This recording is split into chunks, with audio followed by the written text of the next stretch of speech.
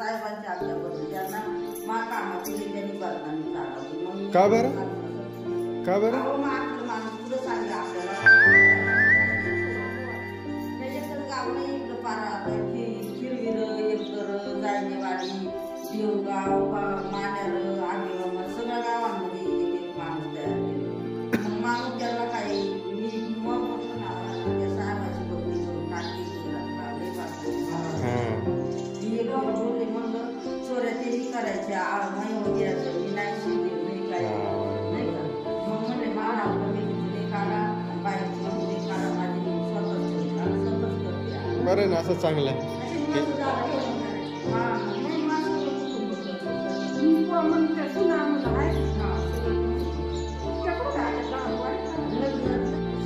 मोठ्यामध्येच बाजार ती हौशा दिली का ती सगळं सांगतो माझा परवा नाही ना परवास कसं येतो मी चार भात पण माही गायच्या मोठ्यामध्ये झाली तेव्हा गावात येत होतं.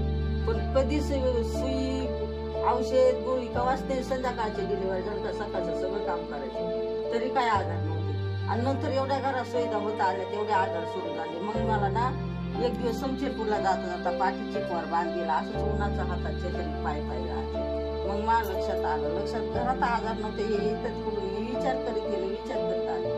दुसऱ्या दिवशी उठले इथं खाली सगळ्या शेतामध्ये फिरले आणि इथंच खाली आंब्याचं झाडे बांधव बसले. त्या आंब्याच्या झाडाच्या बांधव बसून मी विचार केला का आपल्या शेतामध्ये आपण पहिलं कोणतं बी पेरीत होतो ना आता कोणतं पेरते. पहिले कोणते पिकं होते आता कोणते पिकं घेतोय. पहिले शेतीला रासायनिक खत औषधं नव्हती पण आता किती प्रकारचे खत औषधे देते.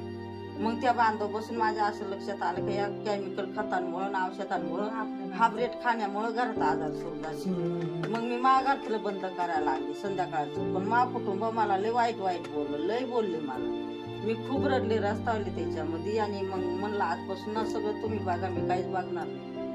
आणि मग मी 8 दिवस फक्त गप्प बसले बा घरात काहीच बघितलं नाही. तर मावाची एक नातू आजारी झाला त्याच्या आई बापांनी ठाणगावला नेला 2 दिवस अकोल्याला 5 दिवस ऍडमिट केला संगमनेरला 3 दिवस केला. आणि मग तेव्हा संगमनेरला 3ऱ्या दिवशी मी गेले तर त्या फारची लय कठीण परिस्थिती होती. मी म्हणलं माझाच राग मला कामी आला आता. मग तिथून त्या दिवशी नाशिकला पाठवलं. पण नाशिकला गेलो एवढा खरं तर परवास आला ना जवळ रुपया सुद्धा नव्हता. अशी एकच वाटी होती ना गळ्यामध्ये एकच मंगळसूत्र होतं ते नाशिक मध्ये मोडलं आणि तिथून ते बापार मुंबईला नेलं केमच्या दवाखान्यात. हा केमला मुंबईला. मग तिथं मला माझ्या बहिणीची सून सिस्टर होती ना तिनं मदत केली. काही बरीच लोकांनी मदत केली. मग गावाकडूनही मदत झाली मला. ते लय साधं वाटलं ना. पण 1.5 महिना दवाखान्यात होतं तर 1.5 लाख रुपये लागले. मग हा परिणाम माझ्या स्वतःच्या घरात घडला. मग मला काही दिवस शेत गहाण ठेवायला लागलं म्हशी विकावा लागल्या बैल विकावा लागल्या. मग एवढे 1.5 लाख रुपये त्या टायमाला करून होते आपण. पण लोकांचा 1 रुपया नाही ठेवला नाही. आणि मग त्याच्यावर मग मी तेवढे लोकांचे पैसे दिले. मग मी सगळं देशी बेन गोळा केलं. 1 बी आणलं त्याचा वाढवा केला 2 बी आणलं एवढे दाणे आणले त्याचा वाढवा केला. आणि मग ऊस तोड्या जावं लागलं लय खड तर परवाचा आला. मग ऊस कारखान्याला जावं लागलं आम्ही. मग कारखान्याला जायचे घरी हे पैसे. मग असं करताच मी मग कारखान्यावर आले का रोपं तयार करू लागले. रोपं तयार करून पाणी पडलं का बचत गटाला 1-1 देऊ लागले. मग हळदी कुकाचा कार्यक्रम मला फक्त लहानपणापासून एवढंच करायचं होतं तर समाजात काहीतरी चांगलं काम करायचं होतं. पण आपण शिकेल नाही माणसात नाही जाऊन काहीच नाही. मी कधी अंगणवाडीत बालवाडीत नाही जाईल अजिबात नाही. आणि मग हे काम करताना ऊस तोडून आले का ते रोपं द्यायचे. मग ती बाईक संस्था इथं आली त्या रोपाने मी तर बाईकची माझी ओळख झाली. मी त्याच्या मार्फत रोपं देऊ लागले. मग 4 रुपये मला भेटू लागले. मग त्या रोपानिमित्तच त्यांची माझी ओळख होती. हा रस्ता होता मी चालू होते इथे ह्या घरातून बी लावा एवढा बी घेऊन छोटं आणि ते लोक इकडे आले. इथं गाड्या उभ्या केल्या आणि आलेवर मी परत वर आले वटीवर ठुलं लागले त्यांची सगळं बोलायला. मग त्यांनी मला विचारलं मावशी एकायची गथुड्यात एवढी म्हणले पाऊस पडलाय चालेल बी लावाय. म्हणून कशाचे नावं सांगत आहे का म्हणलं एवढे कुठं तुम्हाला नावं सांगत. आणि मग त्यांनी मला विचारलं कोणत्या बाजारातून आलं हे कोणत्या बाजारातून खरेदी. म्हणलं नाही सर हे जुनं घेणे आणि सगळं घरचंच आहे. म्हणलं हाब्रिड याच्यात काहीच नाही. मग त्यांनी मला विचारलं लोक नवीन आणतात नवीन करतात तुम्ही काही हे घरचं ठेवलं. मग मी हा अनुभव त्यांना सांगितला आणि ते गेले. ते 3ऱ्या दिवशी परत आले. तेव्हा मी असं राखातून बी चालत होते मोठ्या प्रमाणात. ते त्यांनी बघितलं हे काय करत्या म्हणले पारंपरिक आम्ही राखीतच ठेवतो. याने काय होते 3 वर्ष उगवून चांगली होती आणि खाण्यासाठी 10 वर्ष राहतं म्हणलं राखेमध्ये. आणि मग ते मला म्हणतात मग त्यांनी काय केलं वटीवर शाला आथरली ह्याच वटीवर आणि सगळं बी घरातून बाहेर काढायला सांगितलं. त्यांना 100 सवाचे वाट घेतला. मग त्याचे फोटो घेतले त्याचे वैशिष्ट्य विचारले आणि मी गण म्हणत होते मग गावराने मोदीशे पण ते नव्हते म्हणत. त्यांनी सगळं असं चंपल बांधले तपासाले. आता ते जुनं ते सोनं होतं ते सगळं दिवशी निघालं ना गावरा. आणि मग त्या एक साहेबांनी मला मदत करून अशी जगासमोर आज ते साठी साहेबामुळे काम केलं.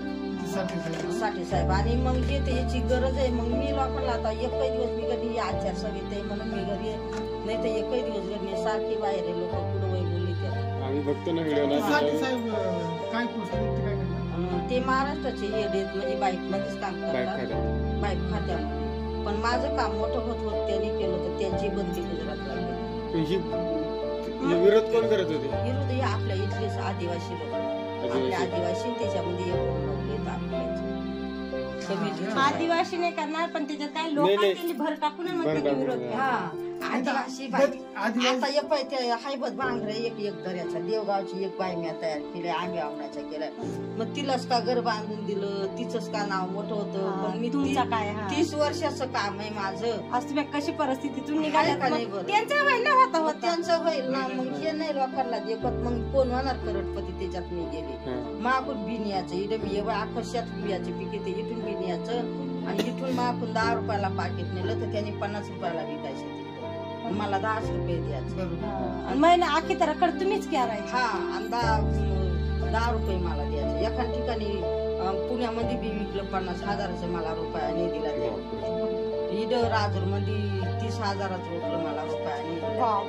इथं 50 माणूस जीव घालून याचं रुपयाने. आता तिथून पुढचं बियाणं तुम्ही स्वतःच विकायचं कोणाला द्यायचं नाही. स्वतःच आता मला ज्याला पाहिजे त्याने घरी या मला पैसे द्या मोजून आणि फी पण येतात घरी. आता काल फोन आला आता त्या बाबाचं मला काहीच कळना याच्यातून पाकिस्तान मधून फोन आलाय पाठवा म्हणून. ऐका ना तुम्ही आणि तिला 6,40,000 रुपये भेटले बरं का तुम्हाला. त्यांनी डफल केला आणि मग ते काय फायदा ते आम नाही का आता मग कमिटी हो जा म्हटला. मग मी साहेबाला म्हणले अशा खिडक्या द्या मध्ये पाणी येते म्हणे बरोबर आहे. आणि हे आपल्या लोकांनी काय केलं तिला त्यांची मेहनत पण आहे ना.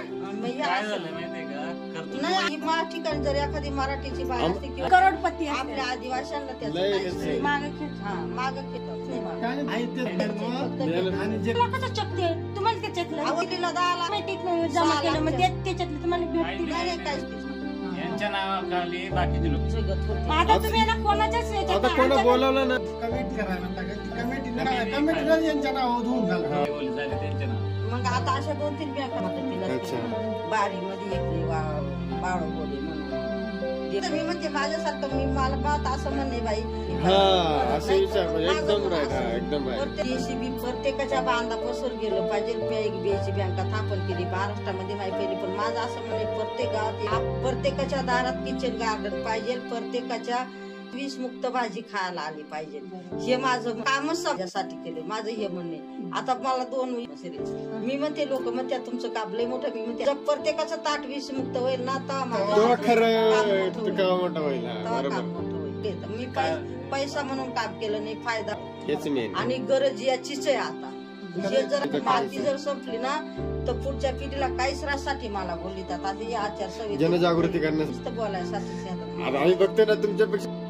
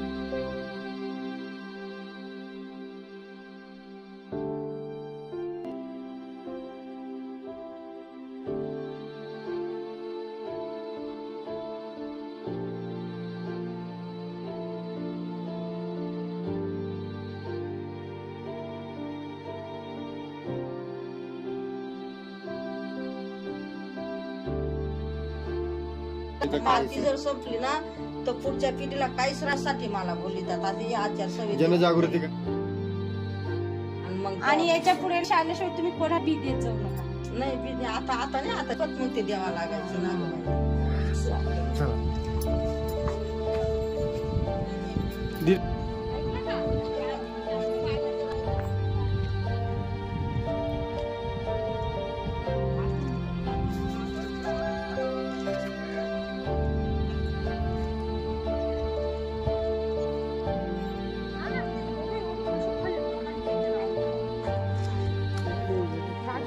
दीदी, एखाद्या गरीबाची